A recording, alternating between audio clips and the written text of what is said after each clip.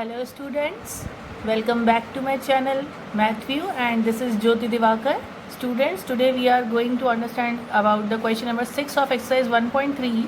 Here question is saying to you, a certain freezing process requires that room temperature be lowered from 40 degree Celsius.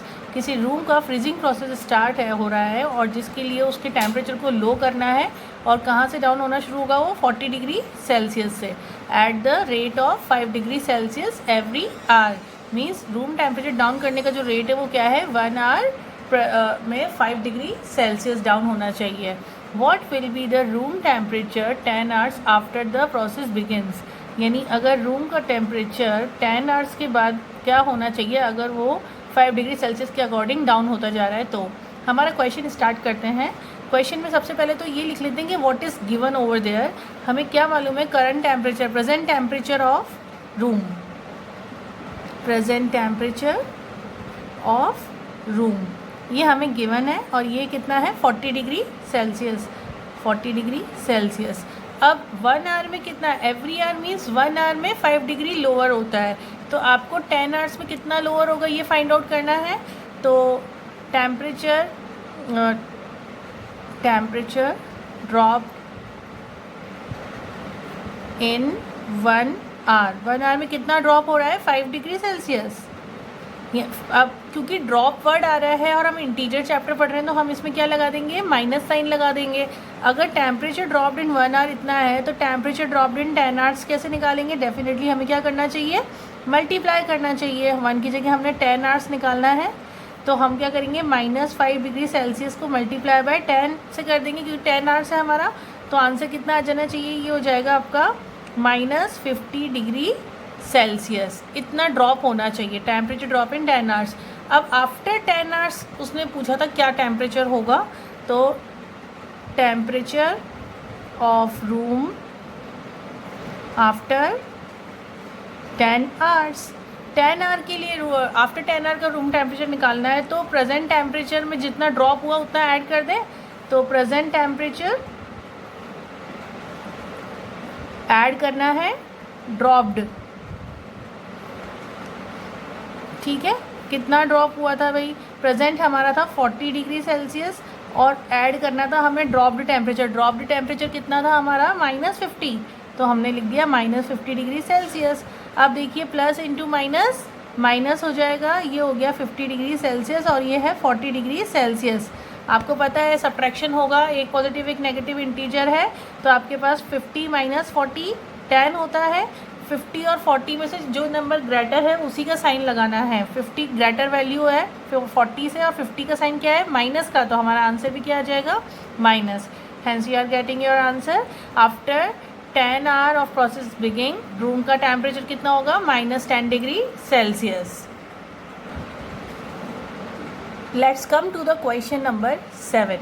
What the question number 7 is saying, in a class test containing 10 questions, एक class test हुआ है जिसमें कितने questions आए थे, 10 questions आए थे. 5 marks are awarded for every correct answer. हर करेक्ट आंसर पे कितने मार्क्स मिलेंगे, 5 मार्क्स मिलेंगे. And -2 marks are awarded for every incorrect answer. और अगर कोई आंसर इनकरेक्ट है यानी रॉन्ग हो गया है तो उसके लिए कितने मार्क्स दिए जाएंगे, -2 marks. And 0 for not attempt. और 0 मार्क्स किसके लिए मिलेंगे, अगर आपने कोई क्वेश्चन अटैम्प्ट नहीं किया है. अब इस क्वेश्चन का फर्स्ट पार्ट देखिए, इसमें लिखा है Mohan is a student of the class who got 4 correct answer and 6 incorrect answer and what will his score. अगर मोहन ने क्वेश्चन 10 में से 4 करेक्ट अटैम्प्ट किए थे और 6 क्वेश्चन गलत हो गए थे उसके, तो उसके मार्क्स आपको कैलकुलेट करके बताने हैं. अब हम इसको लिख लेते हैं कि हमारे क्वेश्चन नंबर 7 के सॉल्यूशन में ऑलरेडी क्या क्या चीज़ें गिवन थी. हमारे पास total question number of questions 10 है टेस्ट में और करेक्ट आंसर के लिए मार्क्स कितना मिलना है, every correct answer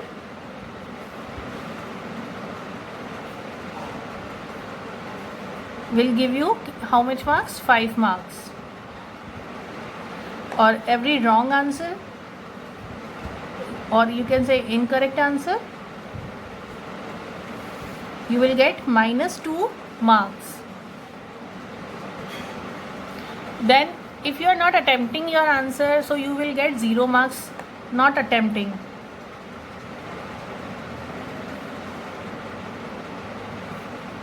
you will get 0 marks. अब हमें इस क्वेश्चन के 3 पार्ट्स थे, हर पार्ट के ऊपर यही इम्प्लीमेंट करना है. तो पार्ट नंबर 1 जिसके अंदर मोहन ने 4 करेक्ट किए थे, तो मोहन का स्कोर आपको निकालना है, जिसमें उसने कितने करेक्ट किए थे, 4 करेक्ट थे उसके आंसर और 6 इनकरेक्ट थे. यानी उसने टोटल क्वेश्चन 10 तो अटैम्प्ट किए हैं, कोई भी क्वेश्चन ऐसा नहीं है जिसको उसने अटैम्प्ट नहीं किया हो.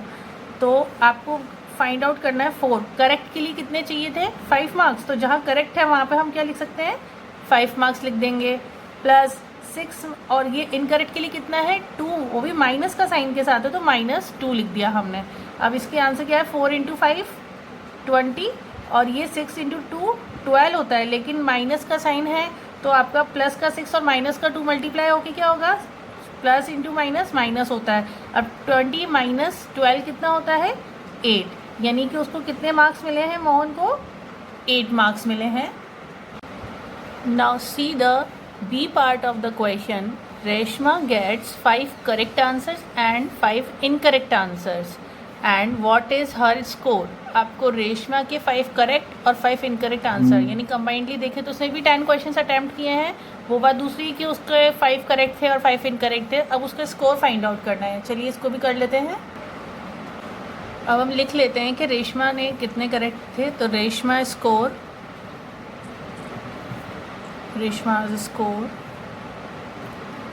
5 correct answers and 5 incorrect answers. मतलब ऐसा कोई क्वेश्चन नहीं था जो उसने अटैम्प्ट नहीं किया हो.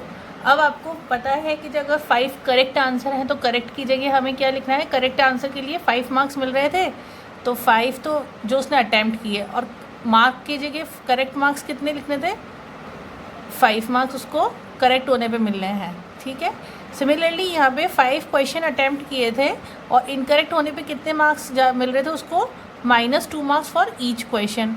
अब हम इसको सॉल्व कर लेते हैं. 5 × 5 that is 25, plus 5 × -2, 5 × 2 that will become 10, plus into minus minus, hence you will get your answer. 25 - 10 will be 15, and we are using positive integer because 25 is a greater value than 10 and 25 is a positive integer, so answer will be positive, means Reshma score 15 marks.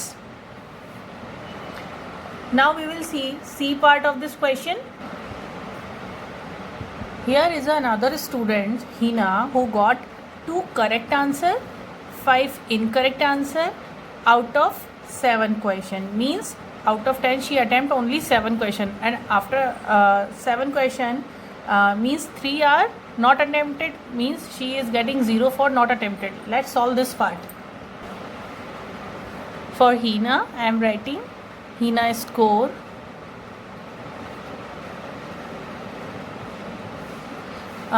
total question was 10, but she attempted 2 correct plus 5 incorrect. Here we are having only 7 question. What about the 3 question which was not attempted? So I will write 3 not attempted. Attempt. Now I am writing the scores. 2 correct के लिए हमने कितने marks देने हैं, 5, plus 5 incorrect के लिए हमें कितना मार्क्स देना है, -2. और जो 3 क्वेश्चन उसने अटैम्प्ट ही नहीं किए तो उसके लिए उसको कितने मार्क्स मिलने थे, 0 मार्क्स. तो नॉट अटैम्प्टेड की जगह हमने क्या लिख दिया, 0 मार्क्स. अब ये कितना हो जाएगा, 2 × 5 10, 5 × 2 भी 10, प्लस इंटू माइनस माइनस, और ये कितना हो जाएगा, 3 × 0 0 होता है, प्लस. अब आप बताइए 10 में से 10 लेस होगा तो 0 आ जाएगा, और 0 + 0 भी 0. यानी हीना को कितने मार्क्स मिले हैं, 0 मार्क्स मिले हैं. स्टूडेंट्स, आई होप ये क्वेश्चन आपको बिल्कुल अच्छे से समझ में आए होंगे.